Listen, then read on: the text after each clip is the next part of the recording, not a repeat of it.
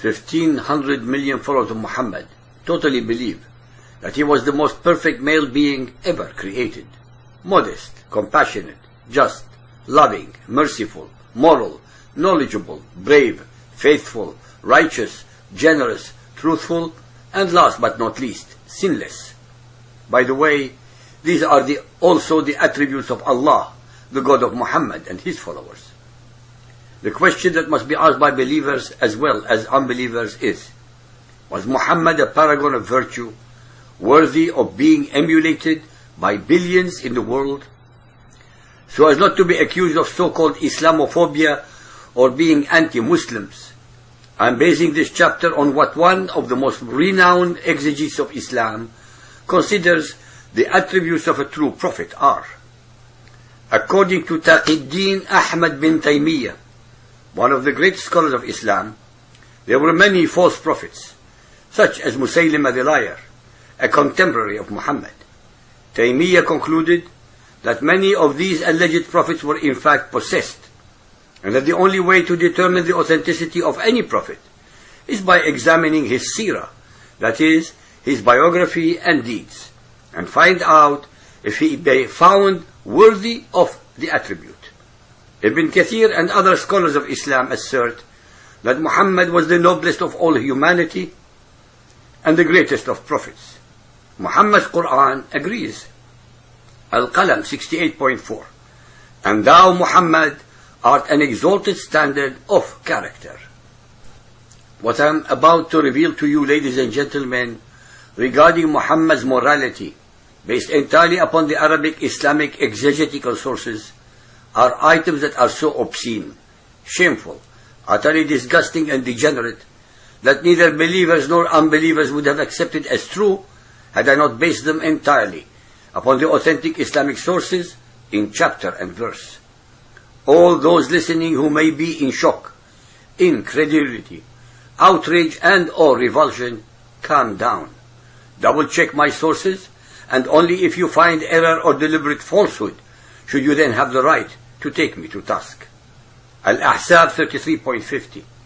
O Prophet, we have made lawful to thee thy wives to whom thou hast paid their dowers, and those whom thy right hand possesses, out of the prisoners of war whom Allah has assigned to thee.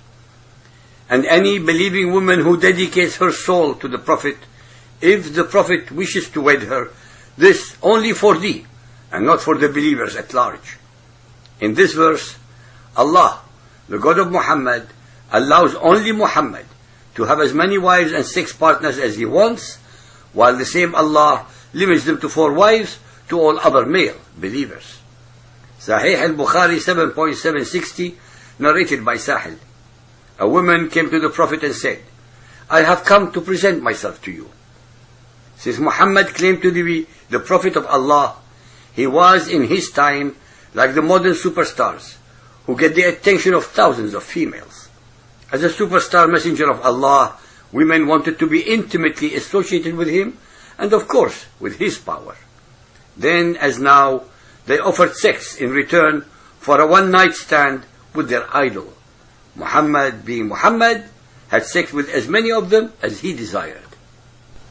The next story is about Muhammad lusting after the young beautiful Zainab, the wife of his own adopted son Zayd bin Haritha.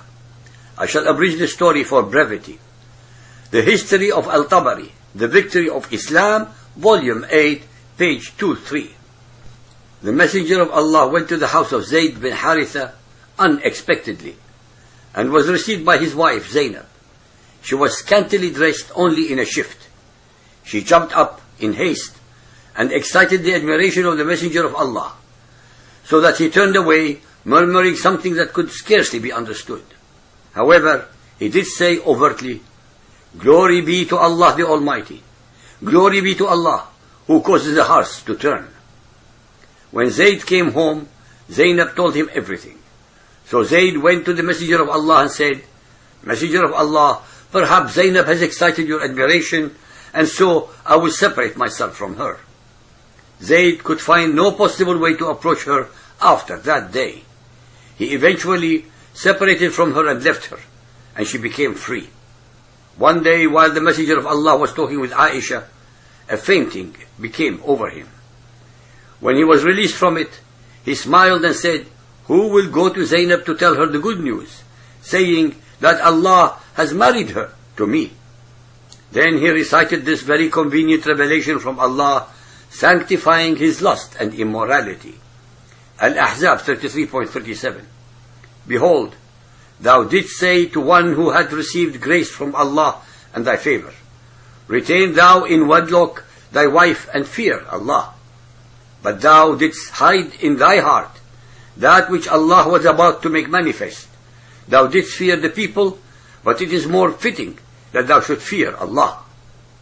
Then, when Zayd had dissolved his marriage with her, with the necessary formality, we joined her in marriage to thee, in order that in future there may be no difficulty to the believers in the matter of marriage with the wives of their adopted sons, when the latter have dissolved with the necessary formality their marriage to them.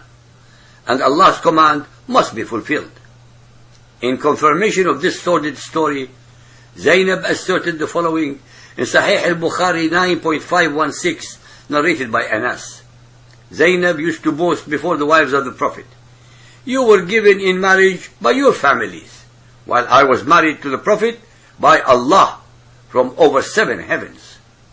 Muhammad, the alleged paragon of virtue, changed one of the most important traditions of the pagan Arabs regarding adoptions, with his usual made-to-order revelation, just so that he can have sex with the adopted son's wife.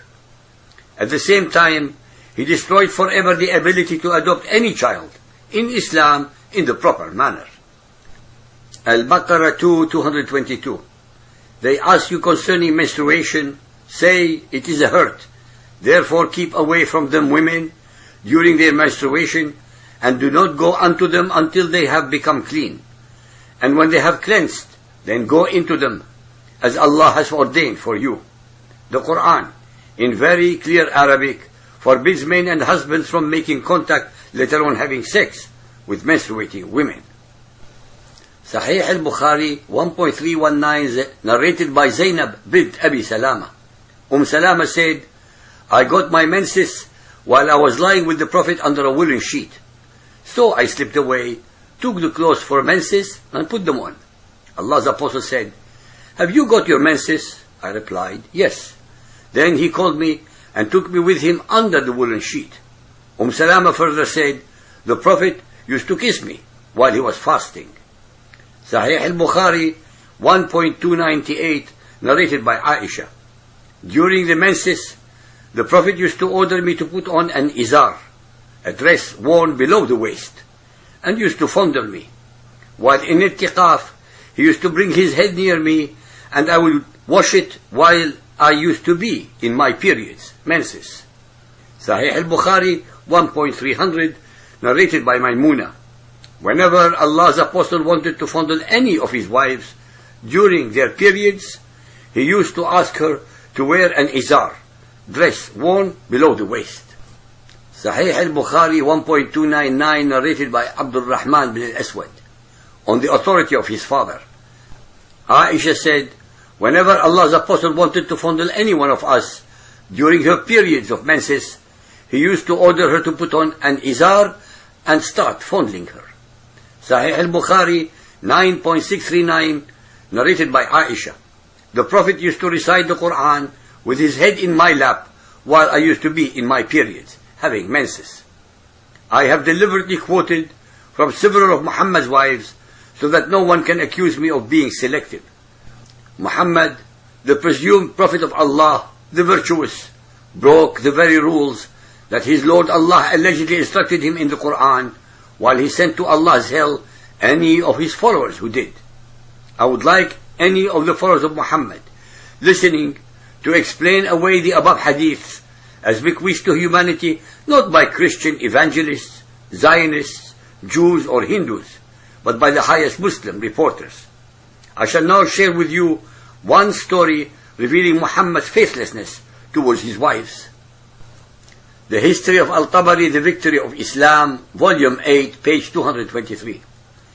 It is reported that the Prophet had divided his days among his wives, And when it was the turn of Hafsa, he sent her for an errand to the house of her father, Umar al-Khattab. When she took this order and went, the Prophet called his slave girl, Maria the Copt, who was a gift from the king, Najashi, and had sexual intercourse with her. Hafsa did not find her father and returned quickly, catching Muhammad with the slave girl on the former's bed. Muhammad quickly evicted the slave girl and told Hafsa that if she kept this between them, he would henceforth refrain from the slave girl. Hafsa was not mollified and told all the other wives about what happened. Dear listeners, we must empathize with Hafsa and the other wives who revolted against Muhammad's incessant philandering. After all, it was Hafsa's day with Muhammad, but he lied to her by sending her on a false errand and deliberately betrayed and dishonored her by having sex with Maria. As usual with Muhammad, whenever he needed to justify any and all of his nefarious deeds, he dropped on them another made-to-order revelation. Surah Al-Tahrim 66, 1-11, wherein his ever-ready accomplice Allah not only sanctifies Muhammad's infidelity, but adding insult to injury, threatens the victimized wives with either being divorced by Muhammad and or the torments of hell. Allah, in fact, chastises Muhammad for trying to please his wives by promising them not to sleep with Maria anymore. Instead of these drastic measures, the compassionate Muhammad deprived all his wives from having sex with him for a month, while he had the time of his life uninterrupted with the young and beautiful Maria, who eventually bore him a son, Ibrahim. Let me bluntly ask the believing female listeners how any of you would react if your husband or boyfriend asked you to go on an errand and then you return before your time only to find him in bed with another woman. In all honesty, what sort of man would that make him in your eyes? Worse still, if he is your prophet, whom you extol as the most perfect human, to be slavishly emulated?